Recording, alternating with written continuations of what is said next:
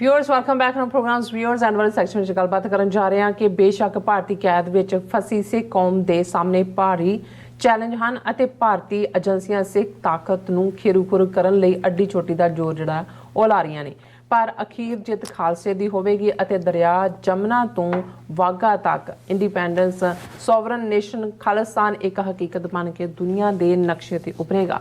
ਸੋ ਇਸ ਬਾਰੇ ਆਪਾਂ ਗੱਲਬਾਤ ਕਰਨ ਜਾ ਰਹੇ ਹਾਂ ਔਰ ਨਾਲ ਹੀ ਗੁਰਬਾਣੀ ਵਿਚਾਰਾਂ ਇਨਸਾਨ ਤੋਂ ਨਾ ਪਾਈ ਜਾਏਗੀ। ਸੋ ਅਸੀਂ ਚਾਹਾਂਗੇ ਕਿ ਤੁਸੀਂ ਇਸੇ ਤਰ੍ਹਾਂ ਬਣੇ ਰਹਿਣਾ ਦੇਖਣ ਸੁਣਨੇ ਲਿਖਣ ਲਈ ਤੁਹਾਡਾ ਸਭ ਦਾ ਬਹੁਤ ਬਹੁਤ ਸ਼ੁਕਰੀਆ ਜੀ। ਡਾਕਟਰ ਸਾਹਿਬ ਕੀ ਵਿਚਾਰਾਂ ਨੇ? ਦੇਖੋ ਸਾਡੇ ਜਿਹੜੇ ਵੀਡੀਓ ਸੈਗਮੈਂਟਸ ਹੁੰਦੇ ਨੇ ਉਹਨਾਂ ਦੇ ਥੱਲੇ ਵੀ ਔਰ ਓਵਰਆਲ ਵੀ ਸੋਸ਼ਲ ਮੀਡੀਆ ਤੇ ਅੱਜ ਕੱਲ੍ਹ ਜੋ ਵਰਤਾਰਾ ਇੰਡੀਅਨ ਏਜੰਸੀਆਂ ਦਾ ਚੱਲ ਰਿਹਾ ਹੈ ਉਸ ਨੂੰ ਲੈ ਕੇ ਕਾਫੀ ਫਿਕਰ ਦਾ ਇਜ਼ਹਾਰ ਹੈ ਔਰ ਏਜੰਸੀਆਂ ਇਹ ਕਰਦੀਆਂ ਨੇ ਕਰ ਰਹੀਆਂ ਨੇ ਕਰਨਗੀਆਂ ਇਹ ਵੀ ਖੌਫ ਫੀਅਰ ਹੈ ਔਰ ਜਿਹੜਾ ਇਜ਼ਹਾਰ ਹੈ ਕਿ ਪਹਿਲਾਂ ਵੀ ਉਹਨਾਂ ਨੇ ਕੀਤਾ ਹੈ ਔਰ ਜੈਨੂਇਨ ਫੀਅਰ ਹੁੰਦਾ ਹੈ ਔਰ ਉਸ ਤੋਂ ਇੱਕ ਤਬਕਾ ਜਿਹੜਾ ਬਹੁਤ ਵਾਰ ਇਸ ਗੱਲ ਨੂੰ ਜਦੋਂ ਗੁਰੂ ਦੀ ਕਲਾ ਦੀ ਅਸੀਂ ਗੱਲ ਕਰਦੇ ਹਾਂ ਜਿਹੜੇ ਫੇਥ ਵਾਲੇ ਨੇ ਉਹ ਤਾਂ ਸਮਝਦੇ ਨੇ ਵੀ ਕਲਾ ਕੀ ਹੁੰਦੀ ਹੈ ਔਰ ਇਹਨਾਂ ਸਾਰੇ ਵਰ੍ਹਿਆਂ 'ਚ ਅਸੀਂ ਵਰਤਦੀ ਵੀ ਦੇਖੀ ਹੈ ਕਿਸਾਨ ਲਹਿਰ ਤੋਂ ਲੈ ਕੇ ਹੁਣ ਤੱਕ ਦੇ ਪੀਰੀਅਡਸ ਉਹਨਾਂ ਦਾ ਇੱਕ ਆਪਣਾ ਜਿਹੜਾ ਪਾਰਟ ਹੈ। ਇੱਕ ਉਹ ਨੇ ਜਿਹੜੇ ਗਿਣਤੀਆਂ ਮਿਣਤੀਆਂ ਦੇ ਨਾਲ ਸਟੇਟ ਵਰਸਸ ਸਾਡੀ ਨਿੱਕੀ ਤਾਕਤ ਜਾਂ ਉਹਨਾਂ ਦੇ ਸਾਧਨ ਵਰਸਸ ਸਾਡੇ ਮਹਿਦੂਦ ਸਾਧਨ ਉਹਦੇ ਨਾਲ ਹੀ ਸਾਰੀ ਲੜਾਈ ਨੂੰ ਦੇਖਦੇ ਨੇ। ਇੱਕ ਉਹ ਨੇ ਜਿਹੜੇ ਸਮਝਦੇ ਨੇ ਕਿ ਜੀ ਅਸੀਂ ਬਹੁਤ ਤੱਤੇ ਜਾਂ ਤਿੱਖੇ ਕਦਮ ਨਾ ਲਈਏ ਅਸੀਂ ਬਹੁਤ ਹੌਲੀ ਹੌਲੀ ਔਰ ਪਹਿਲਾਂ ਇਹ ਹਾਸਿਲ ਕਰ ਲਈਏ। ਇੱਕ ਉਹਨਾਂ 'ਚ ਉਹ ਵੀ ਤਬਕਾ ਹੈ ਜਿਹੜਾ ਹੈ ਕਿ ਜੀ ਜਿਹੜੀ ਸਟਰਗਲ ਹੈ ਵਾਪਸ ਅਨੰਦਪੁਰ ਦੇ ਮਤੇ 'ਤੇ ਲਿਆਂਦੀ ਜਾਏ ਪਹਿਲਾਂ ਰਾਜਾਂ ਨੂੰ ਨਾਲ ਲਿਆ ਜਾਏ ਬਾਕੀਆਂ ਨੂੰ ਲਿਆ ਜਾਏ ਇੱਧਰ ਹੋਏ ਉੱਧਰ ਹੋਏ। ਇੱਕ ਉਹ ਵੀ ਕਲਾਸ ਹੈ ਜਿਹੜੇ ਕਹਿੰਦੇ ਨੇ ਜੇ ਅਸੀਂ ਇਕੱਲੀ ਲੜਾਈ ਨਾ ਲੜ ਸਕਦੇ ਹਾਂ ਨਾ ਜਿੱਤ ਸਕਦੇ ਹਾਂ ਸਾਨੂੰ ਜਿਹੜਾ ਹੈ ਉਹ ਭਾਰਤ ਦੇ ਆਦੀਵਾਸੀ ਮੂਲ ਨਿਵਾਸੀ ਦਲਿਤ ਘੱਟ ਗਿਣਤੀਆਂ ਔਰ ਉਹਨਾਂ 'ਚ ਪਹਿਲਾਂ ਪ੍ਰਚਾਰ ਕਰਨਾ ਚਾਹੀਦਾ ਹੈ ਫਿਰ ਉਹਨਾਂ ਨੂੰ ਨਾਲ ਲਾਉਣਾ ਚਾਹੀਦਾ ਹੈ ਫਿਰ ਵੱਡੀ ਸਟਰਗਲ ਵਿੱਢਣੀ ਚਾਹੀਦੀ ਹੈ ਔਰ ਉਹਦੇ 'ਚ ਜੇ ਸਾਨੂੰ ਖਾਲਿਸਤਾਨ ਲਫ਼ਜ਼ ਡਰੋਪ ਵੀ ਕਰਨਾ ਪੈਂਦਾ ਹੈ ਉਹ ਕਰ ਦੇਣਾ ਚਾਹੀਦਾ ਹੈ ਸਾਰਿਆਂ ਨੂੰ। ਚਲੋ ਹਰ ਇੱਕ ਨੂੰ ਹੱਕ ਹੈ ਆਪਣੀ ਰਾਏ ਦਾ।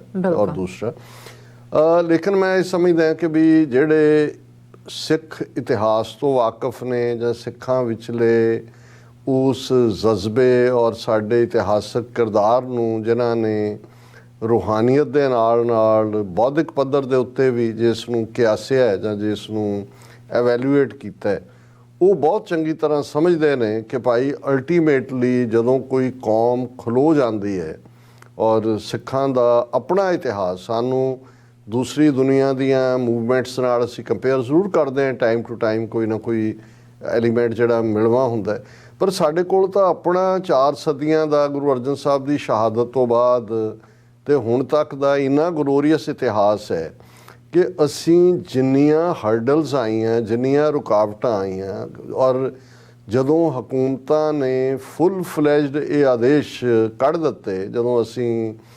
1710 ਦੇ ਵਿੱਚ ਬਹਾਦਰ ਸ਼ਾਹ ਜਿਹਦਾ ਪਹਿਲਾ ਜਿਹੜਾ ਉਹ ਆਰਡਰ ਆਉਂਦਾ ਹੈ ਇਹ ਉਹ ਪੀਰੀਅਡ ਹੈ ਕਿ ਬੰਦਾ ਸਿੰਘ ਬਹਾਦਰ ਨੇ ਸਰਹੰਦ ਦੀ ਇੱਟ ਨਾਲ ਇੱਟ ਖੜਕਾ ਕੇ ਫਤਿਹਗੜ੍ਹ ਸਾਹਿਬ 'ਚ ਪਹਿਲਾ ਸਿੱਖ ਰਾਜ ਕਾਇਮ ਕਰ ਦਿੱਤਾ ਹੈ ਅਤੇ ਸ਼ਾਹੀ ਫਰਮਾਨ ਆਉਂਦਾ ਹੈ ਕਿ ਹਰ ਨਾਨਕ ਪ੍ਰਸਤ ਨੂੰ ਜਿੱਥੇ ਮਿਲੇ ਉਸ ਨੂੰ ਜਿਹੜਾ ਹੈ ਉਹ ਕਤਲ ਕਰ ਦਿੱਤਾ ਜਾਏ ਵਾਜਬੁਲ ਕਤਲ ਹੈ ਔਰ ਉਹ ਅਸੀਂ ਦੌਰ ਤੋਂ ਸਾਡੀ ਪਰਸੀਕਿਊਸ਼ਨ ਦਾ ਦੌਰ ਸ਼ੁਰੂ ਹੁੰਦਾ ਹੈ। ਹੁਣ ਉਹਦੇ 'ਚ ਵੀ ਇੱਕ ਤਬਕਾ ਐਸਾ ਜ਼ਰੂਰ ਹੋਏਗਾ ਜਿਹੜੇ ਡਰ ਦੇ ਮਾਰੇ ਜਿਨ੍ਹਾਂ ਨੇ ਸਿੱਖੀ ਦੇ ਨਿਸ਼ਾਨ ਦਸਤਾਰ ਜਾਂ ਕੇਸ ਉਹਨਾਂ ਨੂੰ ਬੇਅਦਬ ਕੀਤਾ ਹੋਏਗਾ ਹਮੇਸ਼ਾ ਜਿਹੜੇ ਉਦੋਂ ਵੀ ਐਡਵਾਈਜ਼ ਕਰਨ ਵਾਲੇ ਹੋਣਗੇ। ਫਿਰ ਅਸੀਂ ਦੇਖਦੇ ਹਾਂ ਕਿ ਬੰਦਾ ਸਿੰਘ ਬਹਾਦਰ ਦੇ ਖਿਲਾਫ ਵੀ ਜਿਹੜੇ ਵਿਦਿਨ ਵੀ ਇੱਕ ਤਾਕਤ ਤੱਤ ਖਾਲਸਾ ਦੇ ਨਾਂ ਥੱਲੇ ਖੜ੍ਹੇ ਕੀਤੇ ਗਏ ਹਕੂਮਤ ਵੱਲੋਂ ਉਹਨਾਂ ਦਾ ਇਹੀ ਸੀ ਕਿ ਜੀ ਜੇ ਹੁਣ ਜਗੀਰ ਦਿੰਦੀ ਹੈ ਹਕੂਮਤ ਉਹ ਕਰਨ ਲਈ ਤਿਆਰ ਹੈ ਉਹਨਾਂ ਕੋਲ ਲੈ ਕੇ ਬਹਿ ਜਾਓ ਆਰਾਮ ਨਾਲ।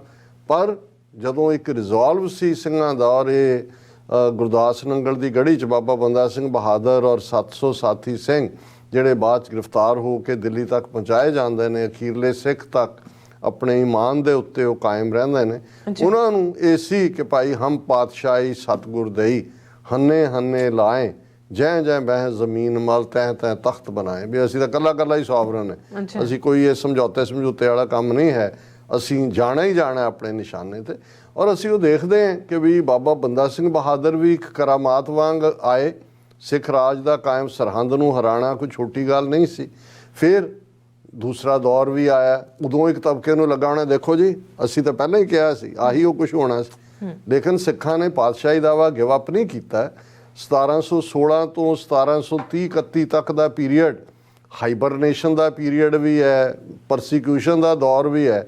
ਫਿਰ ਝਾੜੀਆਂ ਚੋਂ ਨਿਕਲ ਆਏ, ਕੋਈ ਬੀਕਾਨੇਰ ਦੇ ਮਾਰੂਥਲ ਚੋਂ, ਕੋਈ ਲੱਖੀ ਜੰਗਲ ਚੋਂ, ਕੋਈ ਰੋਹੀਆਂ ਚੋਂ, ਕੋਈ ਛੰਭ ਚੋਂ, ਔਰ ਉਹਨਾਂ ਨੇ ਪੰਜਾਬ ਦੇ ਵਿੱਚ ਆਪਣੀ ਪ੍ਰੈਜ਼ੈਂਸ ਫਿਰ ਸ਼ੋਅ ਕੀਤੀ। 1739 ਚ ਨਾਦਰ ਸ਼ਾਹ ਆ ਗਿਆ ਔਰ ਇੱਕੋ ਵੇੜੇ ਉਹਨਾਂ ਨੂੰ ਲੱਗਾ ਕਿ ਭਾਈ ਇਹ ਹੁਣ ਦਿੱਲੀ ਵਾਲੇ ਕਮਜ਼ੋਰ ਹੋਏ ਨੇ, ਔਰ ਉਹਨਾਂ ਨੇ ਫਿਰ ਆਪਣਾ ਸਿਰ ਚੁੱਕਿਆ ਸਿੱਖਾਂ ਨੇ, ਔਰ ਉੱਥੋਂ ਜੇਲਮ ਤੋਂ ਲੈ ਕੇ ਔਰ ਇੱਥੇ ਤੱਕ ਅਸੀਂ ਦੇਖਦੇ ਹਾਂ ਕਿ 1764-65 ਤੱਕ ਪਹੁੰਚਦੇ ਹਾਂ 12 ਮਿਸਲਾਂ ਕਾਇਮ ਕਰ ਲਈਆਂ। ਉਹਨਾਂ 'ਚ ਵੀ ਵਕਤੀ ਤੌਰ ਦੇ ਉੱਤੇ ਅਬਦਾਲੀ, ਨਾਦਰ ਸ਼ਾਹ ਤੋਂ ਬਾਅਦ ਅਬਦਾਲੀ ਆਇਆ 14-15 ਵਾਰ, ਔਰ ਅਦਰਵਾਈਜ਼ ਪਿੱਛੇ ਵੀ ਹਟ ਜਾਂਦੇ ਰਹੇ, ਆਪਸ ਵੀ ਲੜਦੇ ਰਹੇ, ਲੇਕਿਨ ਫੋਕਸ ਤਾਂ ਕਲੀਅਰ ਸੀ ਕਿ ਬਈ ਪਾਤਸ਼ਾਹੀ ਤੋਂ ਬਿਨਾਂ ਕੋਈ ਸਾਡਾ ਦਾਵਾ ਨਹੀਂ ਹੈ।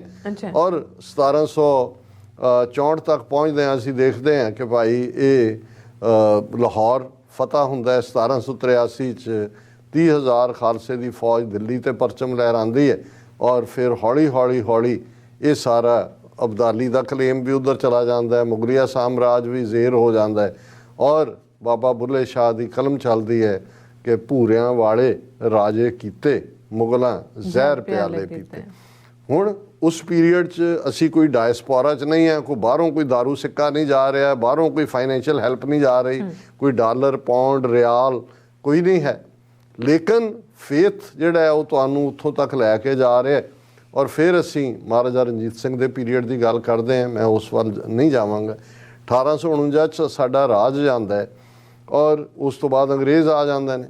ਹੁਣ ਜਦੋਂ ਅਸੀਂ ਸਾਡੇ ਸਾਰੇ ਜਿਹੜੇ ਨੇ ਅਸੀਂ ਬੜੇ ਫਖਰ ਨਾਲ ਕਹਿੰਦੇ ਹਾਂ ਜੀ ਕਿ ਅਸੀਂ ਇੰਨੀਆਂ ਕੁਰਬਾਨੀਆਂ ਕੀਤੀਆਂ, ਇੰਨੇ ਫਾਂਸੀ 'ਤੇ ਚੜ੍ਹੇ, ਇੰਨੇ ਕਾਲੇ ਪਾਣੀ ਗਏ, ਇੰਨੀਆਂ ਜੇਲ੍ਹਾਂ, ਕੋਈ ਗਲਤ ਤਾਂ ਨਹੀਂ ਹੈ ਇਤਿਹਾਸ, ਅਸੀਂ ਆਪਣੇ ਯੋਧਿਆਂ 'ਤੇ ਫਖਰ ਕਰਦੇ ਹਾਂ।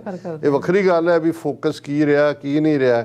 98 ਸਾਲ ਅੰਗਰੇਜ਼ ਰਹੇ, ਲੇਕਿਨ ਜਿਨ੍ਹਾਂ ਨੂੰ ਅੱਜ ਇਹ 2% ਕਹਿ ਕੇ ਜਾਂ ਆਪਣੇ ਵੀ ਕਈ ਘਬਰਾਉਂਦੇ ਹੁੰਦੇ ਨੇ, ਉਹ ਦੇਖ ਲੈਣ ਕਿ ਕਿੰਨੀ ਵੱਡੀ ਤਬਦੀਲੀ ਉਸ ਖਿੱਤੇ ਦੇ ਵਿੱਚ ਜਿਹੜੀ ਹੈ ਉਹ ਸਿੱਖਾਂ ਦੀ ਬਦੌਲਤ ਔਰ ਉਹਨਾਂ ਦੀ ਕੰਟਰੀਬਿਊਸ਼ਨ ਆਬਾਦੀ ਵਾਈਜ਼ ਦੇਖ ਲਓ ਅਤੇ ਸਾਡਾ ਹਿੱਸਾ ਦੇਖ ਲਓ। ਜਿਵੇਂ ਸੰਤ ਜਰਨੈਲ ਸਿੰਘ ਕਹਿੰਦੇ ਚਲੋ ਜੇ ਹਿਸਾਬ ਹੀ ਕਰਨਾ ਹੈ ਤੇ ਜਿੰਨੇ ਸਿਰ ਅਸੀਂ ਦਿੱਤੇ ਨੇ ਉਹਦੇ ਮੁਤਾਬਕ ਸਾਨੂੰ ਦੇ ਦਿਓ ਜੋ ਸਾਡਾ ਬਣਦਾ, ਤੁਸੀਂ ਜਾਓ ਅੱਗੇ।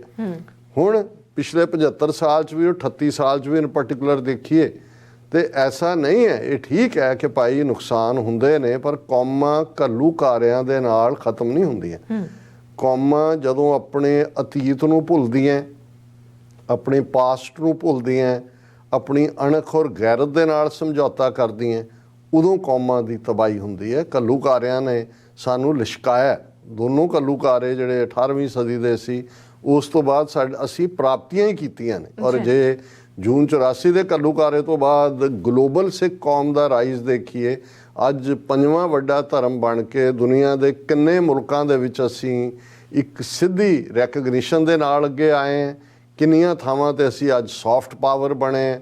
ਔਰ ਜੇ ਕਿਸਾਨ ਲਹਿਰ ਦੇ ਹਵਾਲੇ ਨਾਲ ਗੱਲ ਕਰਨੀ ਹੋਏ ਤੇ ਸਿੱਖੀ ਨੇ ਕਿੰਨੀ ਵੱਡੀ ਲੜਾਈ ਜਿਹੜੀ ਹੈ ਉਹ ਜਿੱਤ ਕੇ ਦਿੱਤੀ ਹੈ ਉਸ ਖਿੱਤੇ ਦੀ ਕਿਰਸਾਣੀ ਨੂੰ। ਸੋ ਮੈਂ ਇਹੀ ਕਹਿਣਾ ਚਾਹੁੰਦਾ, ਕਿਉਂਕਿ ਇਹ ਸਾਡਾ ਲਾਸਟ ਪ੍ਰੋਗਰਾਮ ਵੀ ਹੈ ਇਸ ਵੀਕ ਦਾ, ਔਰ ਪੰਜਾਬ ਦੇ ਹਵਾਲੇ ਨਾਲ ਬਹੁਤ ਕੁਝ ਫਿਕਰਮੰਦੀ ਵਾਲਾ ਵੀ ਹੈ, ਜਿਵੇਂ ਏਜੰਸੀਆਂ ਦਾ ਘੇਰਾ ਤੰਗ ਹੁੰਦਾ ਜਾ ਰਿਹਾ। ਪਰ ਅਸੀਂ ਇਹ ਕਹਿਣਾ ਚਾਹੁੰਦੇ ਹਾਂ ਵੀ ਅਸੀਂ ਬੀਤੇ ਦੀ ਲੜਾਈ ਵੀ ਆਪਣੀ ਉਸ ਗੁਰੂ ਦੇ ਉੱਤੇ ਫੇਥ ਦੇ ਨਾਲ ਜਿੱਤੀ ਹੈ।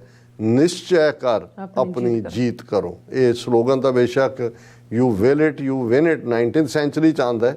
ਅਸੀਂ ਤਾਂ 3 ਸਦੀਆਂ ਤੋਂ ਕਿ ਸਾਡਾ ਇਹ ਦ੍ਰਿੜ ਵਿਸ਼ਵਾਸ ਕਿ ਅਸੀਂ ਜਿੱਤਣਾ, ਔਰ ਇਸ ਗੱਲ ਬਾਰੇ ਕੋਈ ਸ਼ੱਕ ਸ਼ੁਬਾ ਨਹੀਂ ਹੋਣਾ ਚਾਹੀਦਾ ਕਿ ਦਰਿਆਏ ਜਮਨਾ ਤੋਂ ਵਾਘਾ ਤੱਕ ਇੰਡੀਪੈਂਡੈਂਟ ਸੋਵਰਨ ਨੇਸ਼ਨ ਖਾਲਿਸਤਾਨ ਪੰਥ ਨੇ ਲਿਬਰੇਟ ਕਰਵਾਉਣਾ। ਖਾਲਿਸਤਾਨ ਇੱਕ ਹਕੀਕਤ ਸੀ, ਹਕੀਕਤ ਹੈ, ਹਕੀਕਤ ਬਣੇਗੀ ਬਹੁਤ ਜਲਦੀ ਦੁਨੀਆ ਦੇ ਨਕਸ਼ੇ ਦੇ ਉੱਤੇ। ਔਰ ਇਸ ਸ਼ਹਿਰ ਜਿੱਥੇ ਅਸੀਂ ਬੈਠੇ ਹਾਂ, ਇੱਥੇ ਯੂਨਾਈਟਿਡ ਨੇਸ਼ਨਸ ਦੇ 193 ਝੰਡਿਆਂ ਦੇ ਨਾਲ ਜਿਹੜਾ ਖਾਲਿਸਤਾਨ ਦਾ ਝੰਡਾ ਵੀ ਬਹੁਤ ਜਲਦ ਲੱਗਣ ਜਾ ਰਿਹਾ ਹੈ। ਇਸ ਬਾਰੇ ਕਿਸੇ ਨੂੰ ਸ਼ੱਕ ਸ਼ੁਬਾ ਨਹੀਂ ਹੋਣਾ ਚਾਹੀਦਾ। ਔਰ ਇਹ ਸਾਡਾ ਲਾਸਟ ਪ੍ਰੋਗਰਾਮ ਔਰ ਅੱਜ ਦਾ ਵਿਚਾਰ ਜਦੋਂ ਅਸੀਂ ਸ੍ਰੀ ਰਾਗ ਦੀ ਗੱਲ ਕਰਦੇ ਹਾਂ, ਗੁਰੂ ਨਾਨਕ ਪਾਤਸ਼ਾਹ ਦੇ ਸ਼ਬਦ ਜਿਹੜੇ ਨੇ ਉਹ ਮੁਕੰਮਲ ਹੋ ਚੁੱਕੇ ਨੇ ਔਰ ਹੁਣ ਗੁਰੂ ਅਮਰਦਾਸ ਜੀ ਦਾ ਇਹ ਜਿਹੜਾ 17 ਅਸ਼ਟਪਦੀਆਂ ਗੁਰੂ ਨਾਨਕ ਸਾਹਿਬ ਦੀਆਂ ਸੀ ਔਰ ਇਹ ਇਸ ਗੁਰੂ ਅਮਰਦਾਸ ਜੀ ਦੇ ਸ਼ਬਦ ਸ਼ੁਰੂ ਹੋਣ ਤੋਂ ਪਹਿਲਾਂ ਉੱਤੇ ਸਿਰਲੇਖ ਹੀ ਹੈ ਮਹੱਲੇ ਪਹਿਲੇ 17 ਅਸ਼ਟਪਦੀਆਂ 17 8 ਪਦਿਆਂ ਵਾਲੇ ਸ਼ਬਦ ਜਿਹੜੇ ਸੀ ਅਸੀਂ ਗੁਰੂ ਨਾਨਕ ਸਾਹਿਬ ਦੇ ਡਿਸਕਸ ਕੀਤੇ ਨੇ। ਤੇ ਸ੍ਰੀ ਰਾਗ ਮਹੱਲਾ ਤੀਜਾ ਘਰ ਪਹਿਲਾ ਅਸ਼ਟਪਦੀਆਂ ਇੱਕੋ ਓੰਕਾਰ ਸਤਿਗੁਰ ਪ੍ਰਸਾਦ। ਹੁਣ ਅਸ਼ਟਪਦੀਆਂ ਗੁਰੂ ਅਮਰਦਾਸ ਜੀ ਦੀ ਇਹ ਜਿਹੜੀ ਹੈ ਬਾਣੀ ਹੈ।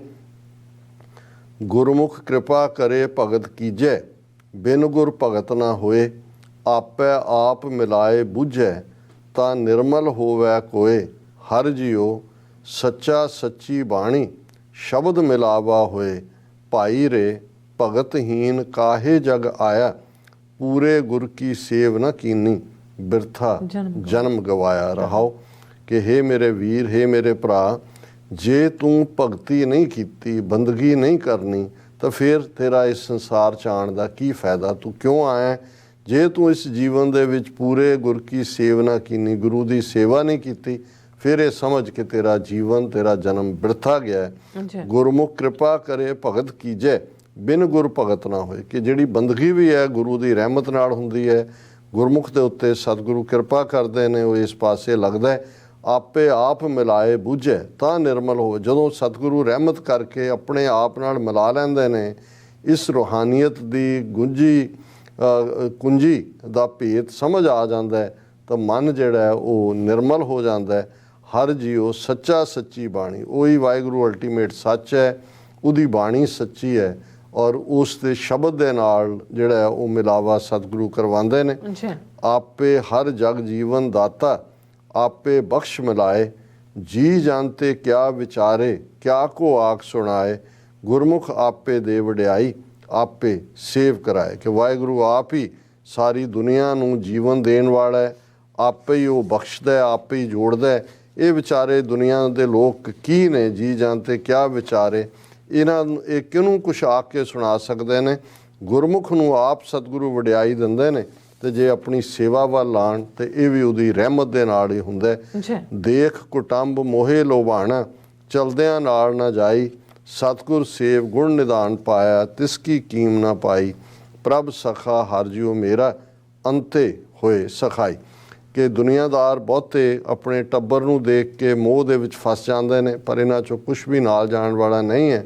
ਜੇ ਸਤਿਗੁਰੂ ਦੀ ਸੇਵਾ ਕਰੀਏ ਫਿਰ ਗੁਣ ਨਿਦਾਨ ਗੁਣਾਂ ਦਾ ਖਜ਼ਾਨਾ ਵਾਹਿਗੁਰੂ ਹਾਸਲ ਹੁੰਦਾ ਹੈ ਜਿਸ ਦੀ ਕੋਈ ਕੀਮਤ ਨਹੀਂ ਪਾ ਸਕਦਾ। ਉਹ ਵਾਹਿਗੁਰੂ ਮੇਰਾ ਮਿੱਤਰ ਹੈ ਸਖਾ ਹੈ ਔਰ ਉਹੀ ਵਾਹਿਗੁਰੂ ਅੰਤ ਦੇ ਵੇਲੇ ਸਹਾਈ ਹੋਏਗਾ ਉਹੀ ਸਖਾ ਹੋਏਗਾ ਅੰਤ ਦੇ ਵੇਲੇ। ਪਈੜ ਹੈ ਜਗ ਜੀਵਨ ਦਾਤਾ ਮਨਮੁਖ ਪਤ ਗਵਾਈ ਬਿਨ ਸਤਿਗੁਰ ਕੋ ਮਗ ਨਾ ਜਾਣੈ ਅੰਧੇ ਠੌਰ ਨਾ ਕਾਈ ਹਰ ਸੁਖ ਦਾਤਾ ਮਨ ਨਹੀਂ ਵਸਿਆ ਅੰਤ ਗਿਆ ਪਛਤਾਈ ਕਿ ਇਹ ਜਿਹੜਾ ਸਾਡਾ ਜਿੱਥੇ ਅਸੀਂ ਆਏ ਹਾਂ ਇਸ ਸੰਸਾਰ 'ਚ ਇਹ ਪੇਕੇ ਘਰ ਵਾਂਗ ਹੈ ਪਰ ਉਹ ਜਗ ਜੀਵਨ ਦਾਤਾ ਜਿਹੜਾ ਹੈ ਉਹ ਅਲਟੀਮੇਟ ਟਰੂਥ ਹੈ ਔਰ ਬਹੁਤ ਵਾਰ ਜਿਹੜੇ ਰੱਬ ਤੋਂ ਟੁੱਟੇ ਹੋਏ ਨੇ ਉਹ ਇਸ ਦੁਨੀਆ ਦੇ ਵਿੱਚ ਮੋਹ ਦੇ ਵਿੱਚ ਫਸ ਕੇ ਆਪਣੀ ਪੱਤ ਆਪਣਾ ਆਨਰ ਗਵਾ ਲੈਂਦੇ ਨੇ। ਉਹਨਾਂ ਨੂੰ ਇਸ ਗੱਲ ਦੀ ਸਮਝ ਨਹੀਂ ਹੈ ਕਿ ਸਤਿਗੁਰੂ ਤੋਂ ਬਿਨਾਂ ਕਿਸੇ ਨੂੰ ਵੀ ਮਾਰਗ ਜਾਂ ਰਸਤਾ ਨਜ਼ਰ ਨਹੀਂ ਆਉਂਦਾ। ਉਹ ਮਾਇਆ ਦੇ ਮੋਹ ਵਿੱਚ ਅੰਨੇ ਹੋ ਜਾਂਦੇ ਨੇ ਤੇ ਇਸ ਲਈ ਉਹਨਾਂ ਨੂੰ ਕੋਈ ਠੌਰ ਕੋਈ ਟਿਕਾਣਾ ਨਹੀਂ ਮਿਲਦਾ ਤੇ ਜੇ ਵਾਹਿਗੁਰੂ ਮਨ ਦੇ ਅੰਦਰ ਨਹੀਂ ਵਸਦਾ ਤੇ ਅਖੀਰ ਵੇਲੇ ਪਛਤਾਵੇ ਤੋਂ ਬਿਨਾਂ ਹੋਰ ਕੁਛ ਵੀ ਪੱਲੇ ਨਹੀਂ ਰਹਿ ਜਾਂਦਾ। ਪਈੜੇ ਜਗ ਜੀਵਨ ਦਾਤਾ ਗੁਰਮਤ ਮਨ ਵਸਾਇਆ ਇੱਕ ਪੇਕਿਆ ਸਮਝ ਕੇ ਮਨਮੁਖ ਜੀਵਨ ਜਿਉ ਰਹੇ ਸੀ। ਦੂਸਰੇ ਪਾਸੇ ਗੁਰਮੁਖਾਂ ਦਾ ਜੀਵਨ ਹੈ ਜਿਨ੍ਹਾਂ ਨੇ ਗੁਰਮਤ ਨੂੰ ਮਨ ਦੇ ਵਿੱਚ ਵਸਾਇਆ। ਅੰਨ ਦਿਨ ਭਗਤ ਕਰੇ ਦਿਨ ਰਾਤੀ ਹਉਮੈ ਮੋਹ ਚੁਕਾਇਆ ਦਿਨ ਰਾਤ ਉਹ ਰੂਹਾਂ ਬੰਦਗੀ ਦੇ ਵਿੱਚ ਲੀਨ ਰਹੀਆਂ ਅੰਦਰੋਂ ਹਉਮੈ ਨੂੰ ਖਤਮ ਕੀਤਾ। ਜਿਸ ਸਿਉ ਰਾਤਾ ਤੈਸੋ ਹੋਵੇ ਸੱਚੇ ਸੱਚ ਸਮਾਏ ਕਿਉਂਕਿ ਜਿਸ ਦੇ ਵਿੱਚ ਬੰਦਾ ਡੁੱਬਿਆ ਹੁੰਦਾ ਰਤਦਾ ਹੈ ਜਿਹਨੂੰ ਯਾਦ ਕਰਦਾ ਹੈ ਉਹਦੇ ਵਰਗਾ ਹੀ ਹੋ ਜਾਂਦਾ ਹੈ ਤੇ ਜਿਹੜਾ ਵਾਹਿਗੁਰੂ ਦੇ ਨਾਲ ਜੁੜਦਾ ਹੈ ਵਾਹਿਗੁਰੂ ਅਲਟੀਮੇਟ ਟਰੂਥ ਹੈ ਸੱਚ ਹੈ ਤੇ ਉਹ ਸੱਚ ਦੇ ਵਿੱਚ ਹੀ ਸਮਾ ਜਾਂਦਾ ਹੈ। ਆਪੇ ਨਦਰ ਕਰੇ ਭਾਉ ਲਾਏ ਗੁਰ ਸਬਦੀ ਵਿਚਾਰ ਸਤਿਗੁਰ ਸੇਵੀਐ ਸਹਿਜ ਉਪਜੈ ਹਉਮੈ ਤ੍ਰਿਸ਼ਨਾ ਮਾਰ ਹਰ ਗੁਣ ਦਾਤਾ ਸਦ ਮਨ ਵਸੈ ਸੱਚ ਰੱਖਿਆ ਉਰਤਾਰ ਕਿ ਉਹ ਵਾਹਿਗੁਰੂ ਆਪੇ ਹੀ ਜਦੋਂ ਜਿਸ ਦੇ ਉੱਤੇ ਨਜ਼ਰ ਕਰਦਾ ਹੈ, ਆਪਣਾ ਪਿਆਰ ਦਿੰਦਾ ਹੈ, ਗੁਰ ਸ਼ਬਦ ਦੇ ਨਾਲ ਜੋੜ ਲੈਂਦਾ ਹੈ ਔਰ ਉਸ ਸਤਿਗੁਰੂ ਦੀ ਸੇਵਾ 'ਚੋਂ ਸਹਿਜ ਅੰਦਰ ਪੈਦਾ ਹੁੰਦਾ ਹੈ, ਅੰਦਰੋਂ ਹਉਮੈ ਔਰ ਤ੍ਰਿਸ਼ਨਾ ਡਿਜ਼ਾਇਰਸ ਇਹ ਖਤਮ ਹੋ ਜਾਂਦੀਆਂ ਨੇ। ਉਹ ਸਾਰੇ ਗੁਣਾਂ ਦਾ ਮਾਲਕ ਵਾਹਿਗੁਰੂ ਮਨ ਦੇ ਵਿੱਚ ਵਸਦਾ ਹੈ ਔਰ ਫਿਰ ਉਹ ਗੁਰਮੁਖ ਰੂਹਾਂ ਆਪਣੇ ਦਿਲ ਅੰਦਰ ਸੱਚ ਨੂੰ ਧਾਰਦੀਆਂ ਨੇ, ਸੱਚ ਨੂੰ ਪਰਨਾਈਆਂ ਹੁੰਦੀਆਂ ਨੇ।